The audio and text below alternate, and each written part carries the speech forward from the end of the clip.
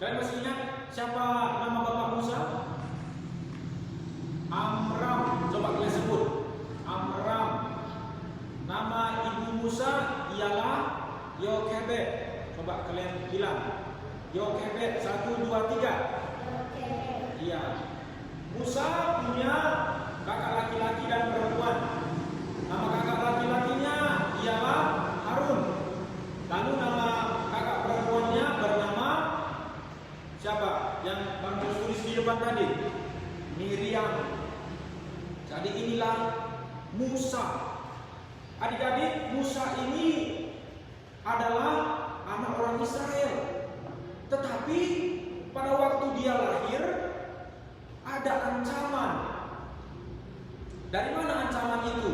Dari Raja Mesir, raja dari negeri yang kuat. Raja Mesir berkata, setiap anak laki-laki Israel harus dibunuh. Maka pada saat itu ibu Musa berpikir, anakku Musa, anakku laki-laki akan dibunuh oleh Raja Mesir. Maka apa yang harus aku buat?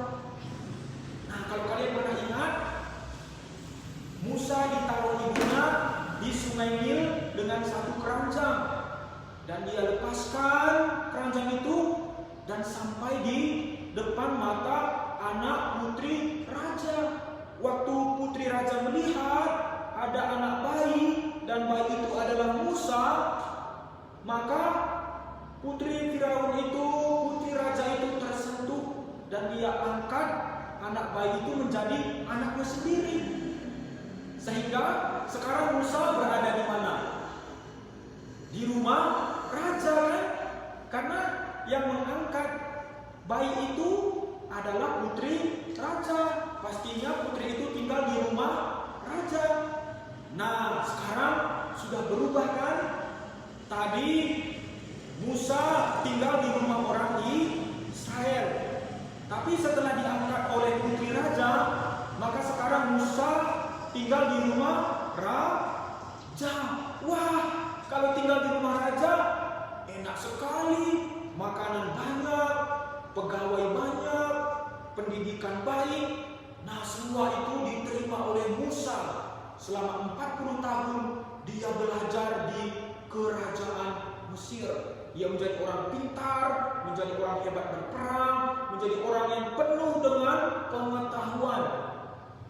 Tapi meskipun demikian, Musa tidak merasa aku hebat atau aku punya semuanya. Tidak, adik-adik.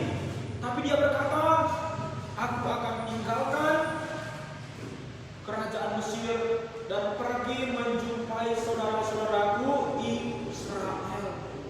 Jadi Musa meninggalkan kerajaan Mesir dan pergi menjumpai saudaranya orang Israel. Tapi sebelum dia berjumpa, dia harus melarikan diri ke padang gurun selama 40 tahun.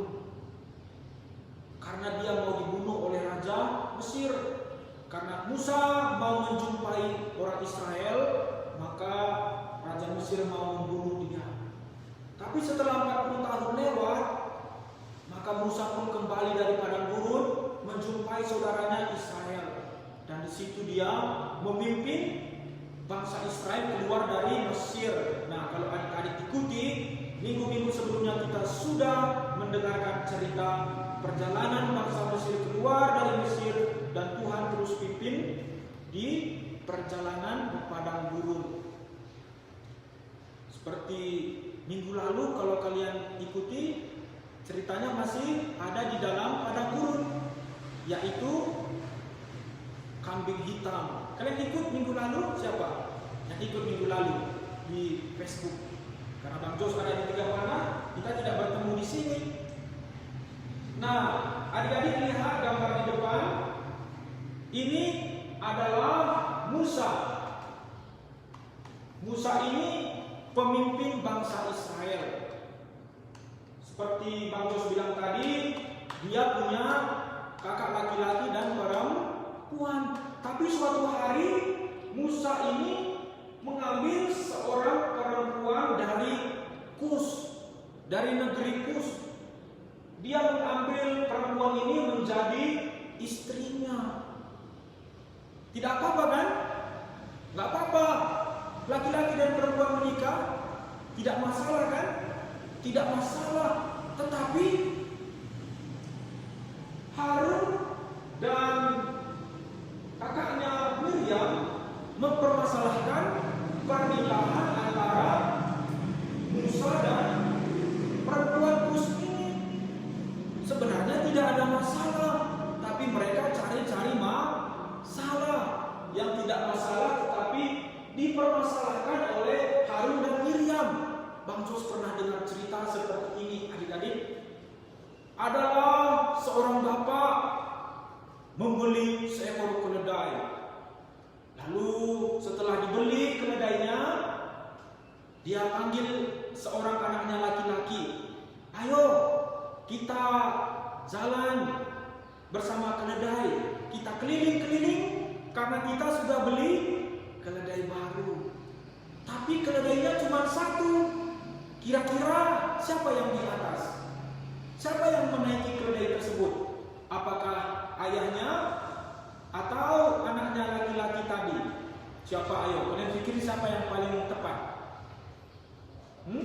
Ayo, siapa? Tadi ada bapak, ada anak, ada keledai. Keledai ini boleh ditunggangi, boleh dinaiki. Kira-kira siapa yang paling baik untuk menaikinya? Apakah bapaknya atau anaknya? Kenapa harus pilih? Karena keledainya cuma satu. Siapa? Ayo, Lea siapa? Bapak. Wah, kalau bapaknya yang naik, nanti orang-orang bilang, lah ini bapaknya nggak sayang anak, masa bapaknya yang menaiki? Nggak bagus, nggak bagus. Jadi kalau begitu siapa yang baik untuk menaiki? Anaknya. Tapi orang bilang lagi, ya kalau anaknya yang naik berarti tidak hormat sama bapaknya. Masa yang lebih tua disuruh jalan, tapi anak naik keledai? Wah, jadi gimana? Apakah mereka akhirnya bingung? Kalau gitu tidak usah dinaiki. Kita angkat aja keledainya, kita taruh di kepala, baru kita bawa bersama-sama gitu. Tidak kan? Nah, itulah yang Bang Jos bilang tadi. Musa dan Bang Jos, Miriam dan Harun ini cari-cari masalah. Sebenarnya tidak ada masalah, tapi cari-cari masalah, dipermasalahkan. Seperti keledai tadi, sebenarnya mau bapak, mau anak, tidak apa-apa kan? Tapi banyak orang yang mempermasalahkan. Nah, inilah masalahnya di cerita kita ini. Mereka mengata-ngatai Musa. Musa, kamu kok buat perbuatan seperti itu? Apakah Tuhan hanya berbicara melalui engkau, Musa? Nah, mereka mengata-ngatai Musa. Mereka bilang, Musa, apakah engkau hanya yang menerima firman Tuhan? Engkau memang pemimpin, tapi apakah Tuhan hanya berbicara melalui engkau? Mereka bersungut-sungut. Kalian pernah lihat orang bersungut-sungut atau mengata-ngatai mengejek? Gitu ya? Kalian pernah lihat? Nah, itulah yang dilakukan Harun dan Miriam kepada Musa. Lalu Musa bagaimana? Apakah Musa balas kembali? Apakah Musa marah? Ternyata tidak. Musa tidak membalas. Dia tidak marah, tapi dia datang kepada Tuhan. Dia berdoa. Nah, ini yang baik dari Musa. Musa ini dikatakan Alkitab adalah seorang yang sangat lembut hati dari semua manusia. Musa ini orang yang sangat lembut hati. Di mana kita bisa tahu? Nah, ayo kita lihat ceritanya. Kenapa Musa disebut orang yang lembut hati? Karena apa? Karena Musa tadi tidak mau membalas kejahatan dengan kejahatan. Wah, ternyata Musa beda dengan kakak-kakaknya kan? Kalau Musa orang yang lembut hati, kakaknya tadi kita sebut orang apa? Orang iri hati. Kalian tahu iri hati? Orang yang tidak suka kalau lihat orang lain lebih baik, atau orang yang menginginkan apa yang dimiliki orang lain. Kalau itu kita lakukan seperti Harun dan Miriam, maka kita sudah berdosa. Kenapa? Karena ada perintah Tuhan berkata, jangan mengingini milik orang lain. Apapun yang dimiliki sesamamu jangan engkau inginkan. Ya, baik reputasinya, baik hartanya, baik semua yang dimilikinya. Di sini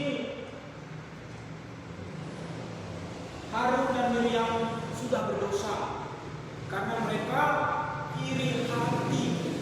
Mereka tidak lembut hati seperti Musa, ya. Tapi apa yang terjadi adik-adik? Melihat peristiwa itu, yaitu peristiwa Harun dan Miriam mengata-ngatai Musa, maka bukan Musa yang marah, tapi siapa yang marah? Siapa yang ada di awan-awan? Tuhan yang ada di awan-awan datang ke depan pintu kemah suci. Tuhan datang dan memanggil Harun, Miriam, datanglah. Maka Harun, Miriam pun datang menghadap Tuhan. Lalu apa dikatakan Tuhan? Harun dan Miriam, mengapa engkau berani-berani mengata-ngatai hambaku Musa? Musa ini bukan orang sembarangan. Musa ini orang yang sangat lembut hatinya. Dia sangat dekat dengan Tuhan. Musa dan Tuhan berkata-kata bukan lewat mimpi, tapi langsung. Kenapa engkau berani sekali mengata-ngatai hambaku Musa? Nah, jadi adik-adik, ternyata kalau kita mengejek orang lain, menghina orang lain, kita bisa mendapatkan kemarahan dari siapa? Tuhan. Bisa jadi orang yang kita ejek diam saja, tapi Tuhan tidak senang. Kenapa engkau menjelek-jelekkan ciptaanku, hambaku? Apakah engkau yang menciptakan mereka? Enggak kan? Misalnya Bang Jos ejek Lea jelek gitu, tapi Tuhan bisa marah. Tuhan berkata, Joshua, kamu tidak tahu kalau Lea itu ciptaanku, kata Tuhan kan. Nah, maka Bang Jos pun, oh iya, Bang Jos gak berani ejek kalian, ya. Seperti ini juga Tuhan marah kepada Harun dan Miriam karena mereka mengata-ngatai Musa.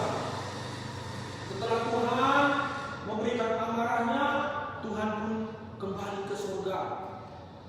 Tapi apa yang terjadi setelah Tuhan marah dan kembali? Waduh, apa ini adik-adik? Ini siapa? Kakak Musa yang perempuan namanya siapa?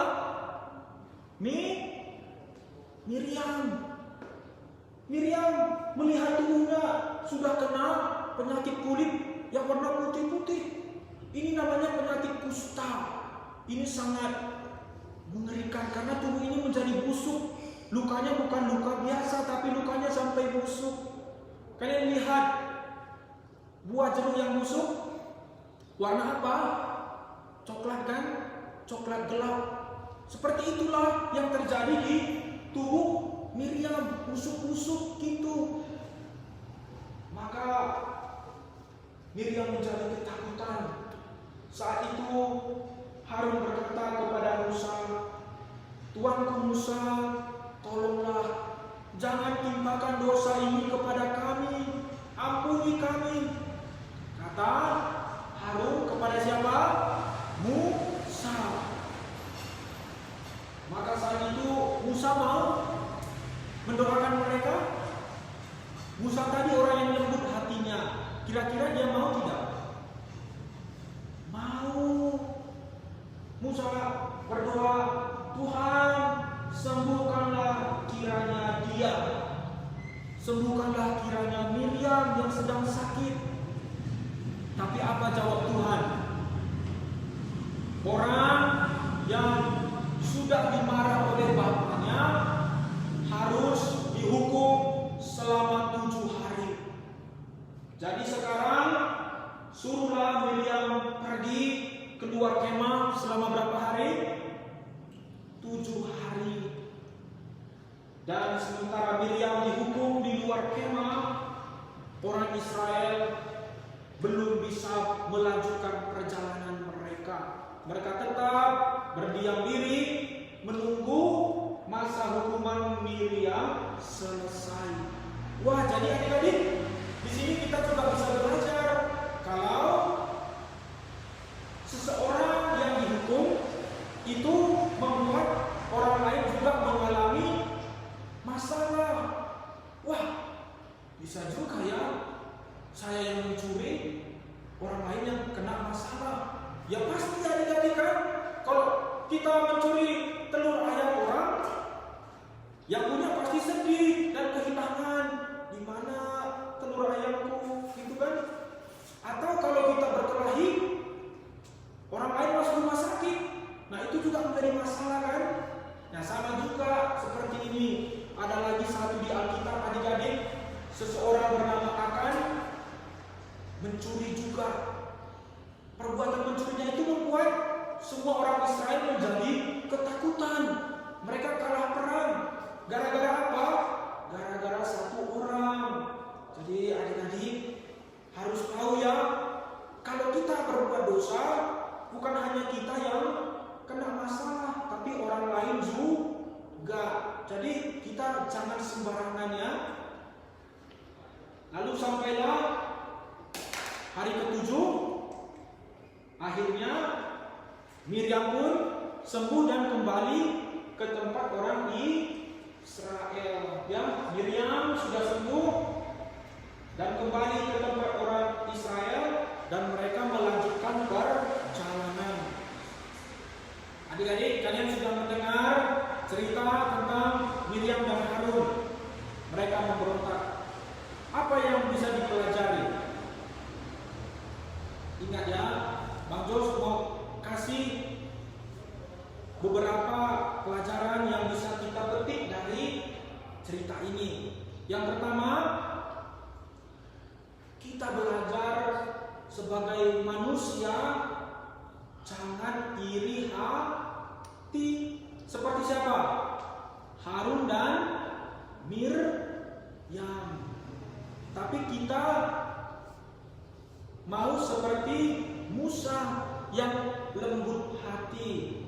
Kita jangan mengingini milik orang lain. Jangan kita menghina, mengejek-ejek orang lain. Kita mau bersyukur dalam segala sesuatu. Dalam kata lain, kita menerima ketetapan Tuhan bagi kita masing-masing. Coba ikut Bang Jos. Kita menerima ketetapan Tuhan. 1, 2, 3. Kita menerima ketetapan Tuhan. Sekali lagi semua ya. 1, 2, 3. Kita menerima ketetapan Tuhan. Seperti Lea. Aku diciptakan Tuhan sebagai perempuan, maka aku bersyukur dan menerimanya. Lea jangan bilang, sepertinya aku lebih baik kalau laki-laki. Tidak ya, jangan begitu kan? Iya, karena Tuhan sudah tetapkan aku perempuan, maka aku bersyukur. Kalau yang baju hijau paling pinggir siapa namanya? Hah? Rafael, kalau sudah diciptakan Tuhan laki-laki, maka aku berkata, Tuhan bersyukur aku laki-laki. Nah itulah artinya kita menerima ketetapan Tuhan. Kalau tidak, kita berdosa, kita iri hati kan? Kalian tahu cerita Adam dan Hawa? Pernah dengar kan? Kenapa mereka berdosa? Karena mereka tidak menerima ketetapan Tuhan. Tuhan bilang jangan makan, tapi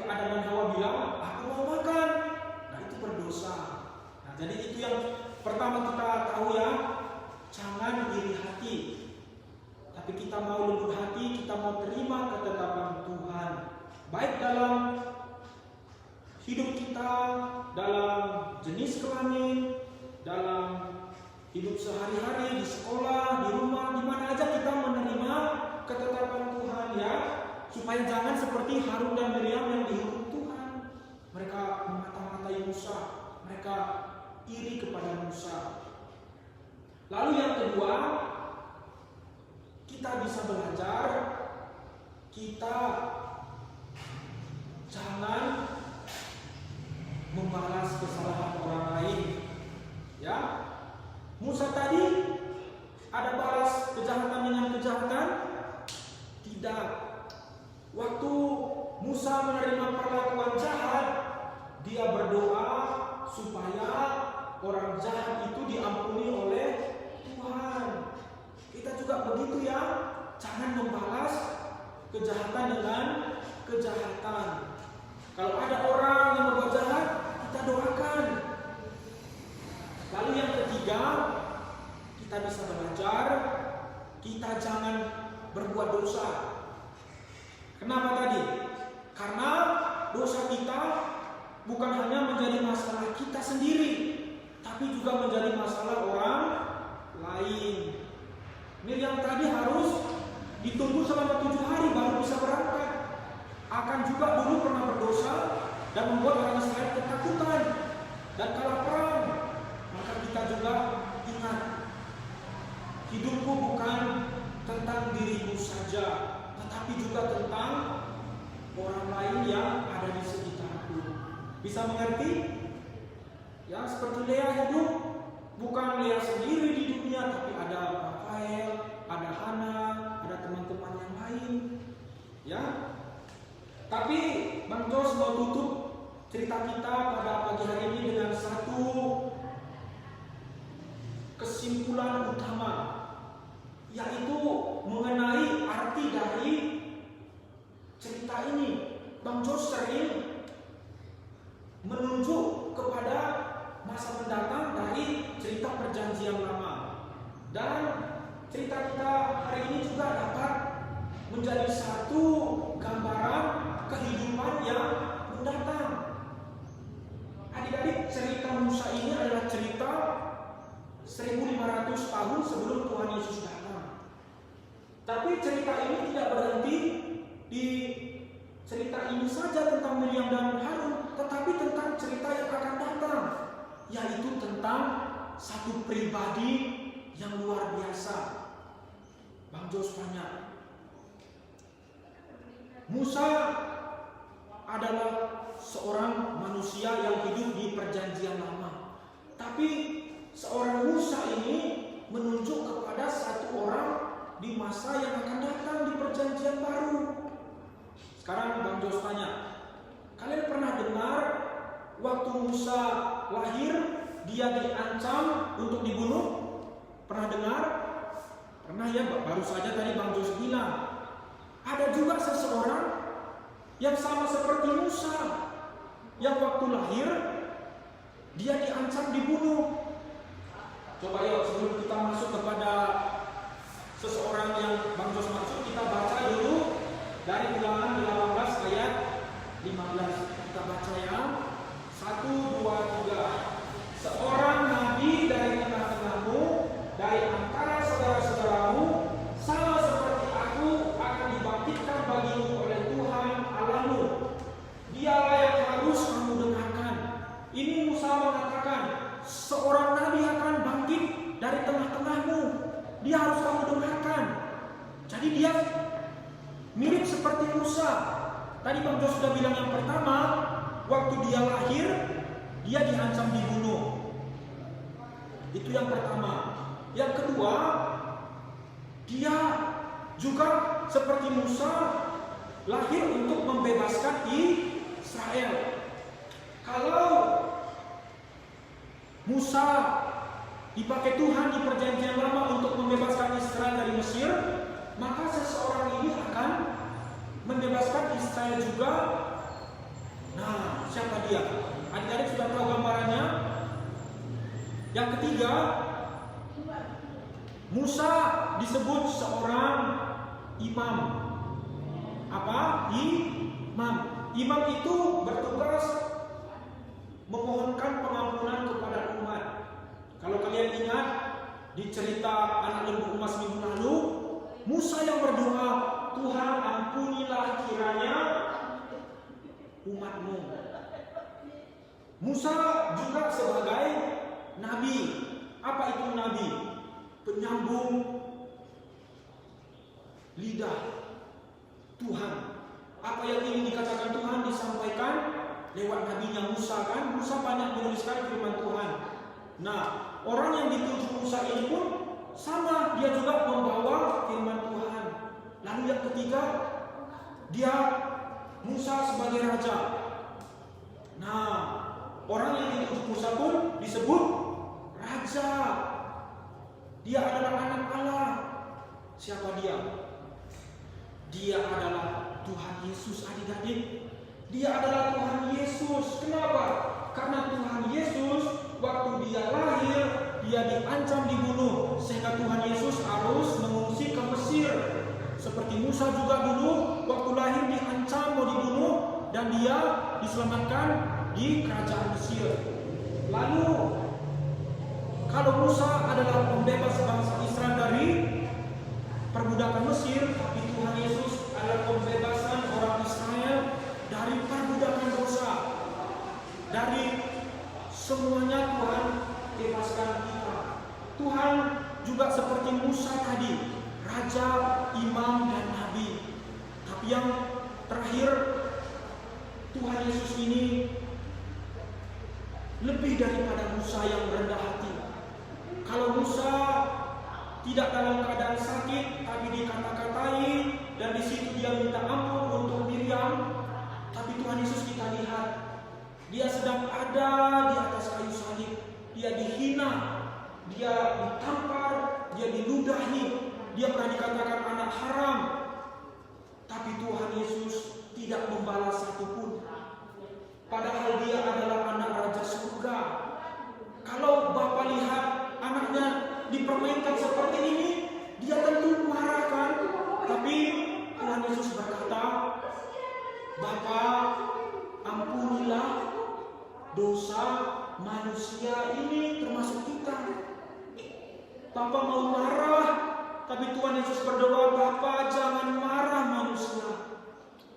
Tuhan Bapa mendengarkan doa Tuhan Yesus. Dengarkan, kalau Musa tadi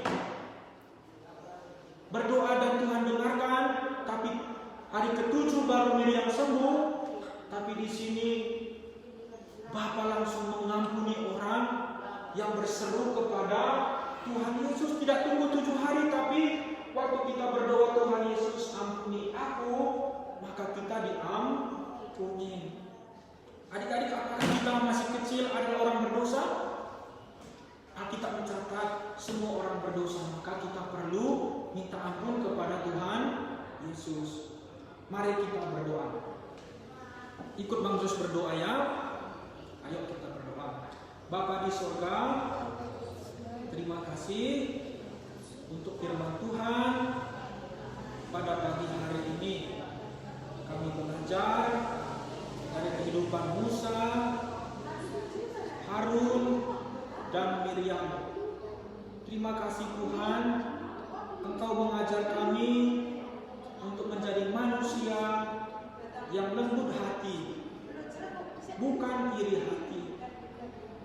Terima kasih juga Tuhan, dari cerita ini kami tahu Tuhan Yesus lebih dari Musa. Tuhan Yesus adalah anak Allah yang turun ke dunia menjadi manusia dan mati di kayu salib untuk mengampuni dosa-dosaku. Ampuni aku Tuhan, selamatkanlah aku. Terima kasih Tuhan, dalam nama Tuhan Yesus kami telah berdoa. Amin.